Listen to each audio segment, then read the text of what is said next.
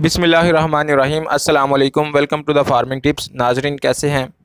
आज मैं आपको एक वसी मैदान में बने हुए एक ज़बरदस्त हवादार डेयरी फार्म पे लेकर आया हूँ। इसके मालिक बड़े मुतमईन हैं और जानवर भी माशाल्लाह बड़े हेल्दी नज़र आ रहे हैं।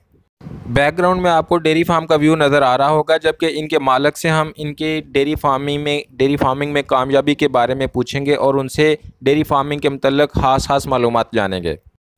महंगाई और नफसा नफसी के इस दौर में इस डेयरी फार्मर की खुशहाली और सलूक प्यार की वजह भी हम इनसे जानेंगे। तो चलें वीडियो स्टार्ट करते हैं, लेकिन उससे पहले मैं अपने नाज़रीन को याद करवाना चाहता हूं कि अगर आप मेरे चैनल पर नए हैं और अभी तक आपने चैनल को सब्सक्राइब नहीं किया तो जल्दी से चैनल को सब्सक्राइब करके बेल आइकन दबाएं ताकि हर नई आने वाली वीडियो की इत्तला आपको टाइमली मिल सके। तो चलें वीडियो स्टार्ट करते हैं। अस्सलाम वालेकुम। वालेकुम। मोहम्मद मुनीर साहब, कैसे हैं आप? अल्लाह का शुक्र है।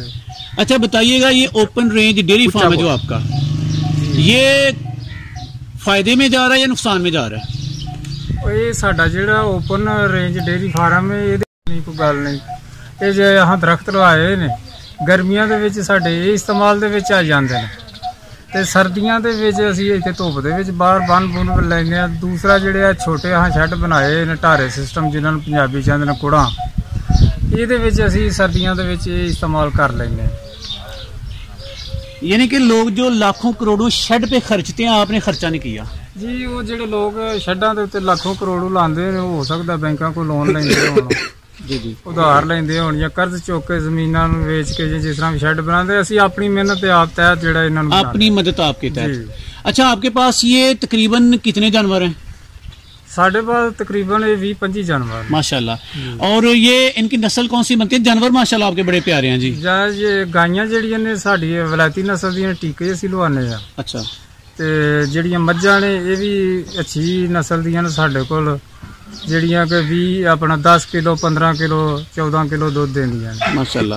ਤੁਹਾਡੇ ਤਜਰਬੇ ਦੇ ਮੁਤਾਬਿਕ ਇਹ ਦੱਸੋ ਕਿ ਗਾਈਆਂ ਚੰਗੀਆਂ ਰਹਿੰਦੀਆਂ ਨੇ ਡੇਅਰੀ ਫਾਰਮ ਵਾਸਤੇ ਜਾਂ ਮੱਝਾਂ ਚੰਗੀਆਂ ਰਹਿੰਦੀਆਂ ਨੇ? ਮੱਝਾਂ ਵੀ ਅੱਛੀਆਂ ਰਹਿੰਦੀਆਂ ਨੇ, ਗਾਈਆਂ ਤੇ ਸਭ ਨਾਲੋਂ ਅੱਛੀਆਂ ਰਹਿੰਦੀਆਂ ਨੇ, ਕਿਉਂਕਿ ਇਹਨਾਂ ਨੂੰ ਗਰਮੀ ਦੇ ਵਿੱਚ ਵੀ ਇਹਨਾਂ ਦਾ ਦੁੱਧ ਦੀ ਪੈਦਾਵਾਰ ਘਟਦੀ ਨਹੀਂ ਮੱਝਾਂ ਦੀ ਨਿਸਬਤ। ਮੱਝਾਂ ਦੀ ਜਿਹੜੀ ਇਹਨਾਂ ਪੈਦਾਵਾਰ ਗਰਮੀਆਂ ਦੇ ਵਿੱਚ ਬਹੁਤ ਜ਼ਿਆਦਾ ਘਟ ਜਾਂਦੀ ਹੈ। ਗਰਮੀ ਬਰਦਾਸ਼ਤ ਕਰ ਲੈਂਦੀਆਂ ਨੇ, ਗਾਈਆਂ ਨੂੰ ਥੋੜਾ ਜਿਹਾ ਨਾਲ ਜ਼ਿਆਦਾ ਧਿਆਨ ਦਿੱਤਾ ਜਾਏ ਕਿ ਇਹਨਾਂ ਦੀ ਗਰਮੀ ਦੇ ਬਰਦਾਸ਼ਤ ਕਰਨ ਵਾਸਤੇ ਤੁਸੀਂ ਇਹਨਾਂ ਨੂੰ ਕੀ ਨੁਸਖਾ ਇਸਤੇਮਾਲ ਕਰਦੇ ਹੋ?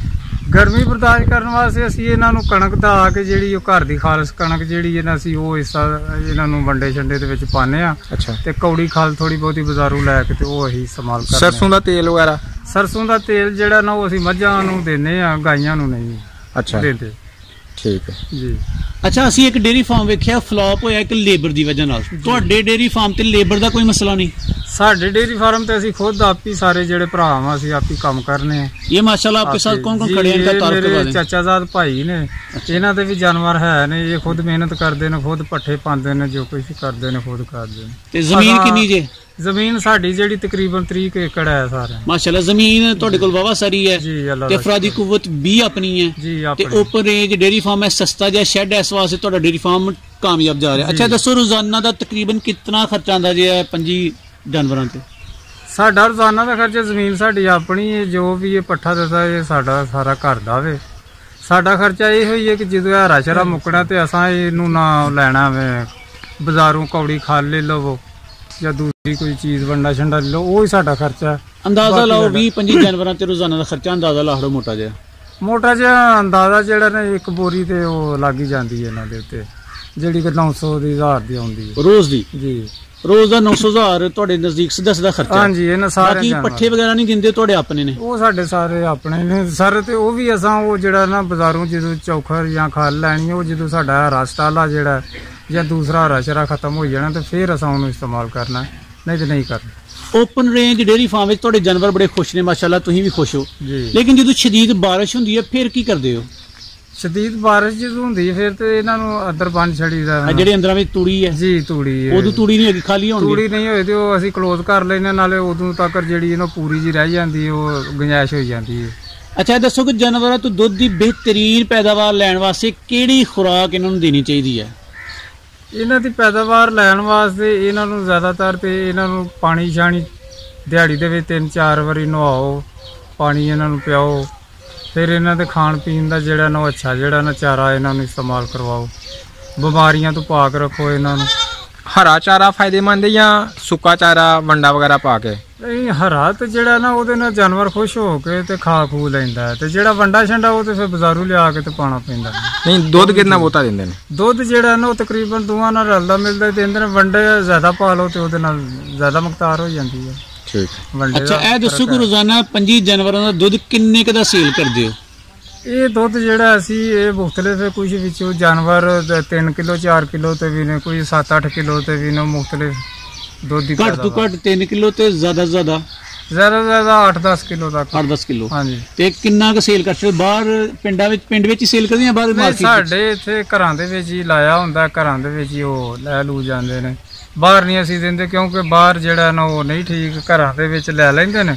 ਉਹ ਕੋ 10 ਰੁਪਏ ਰੇਟ 20 ਰੁਪਏ ਜ਼ਿਆਦਾ ਮਿਲ ਜਾਂਦਾ ਤੇ ਖਾਲਸ ਦੁੱਧ ਦੇਈਦਾ ਝੋ ਕੇ ਉਸੇ ਵੇਲੇ। ਤੇ 1000 ਰੁਪਇਆ ਤੁਹਾਡਾ ਖਰਚਾ ਤੇ 3000 ਦਾ ਦੁੱਧ ਵੇਚ ਛੱਡਦੇ ਹੋ? ਆ ਉਮੀਦ ਹੈ, ਅੰਦਾਜ਼ਨ ਮਾਸ਼ਾਅੱਲਾ ਜੀ, ਤੁਹਾਡਾ ਓਪਨ ਰੇਂਜ ਡੇਅਰੀ ਫਾਰਮ ਬੜਾ ਪਸੰਦ ਆਇਆ।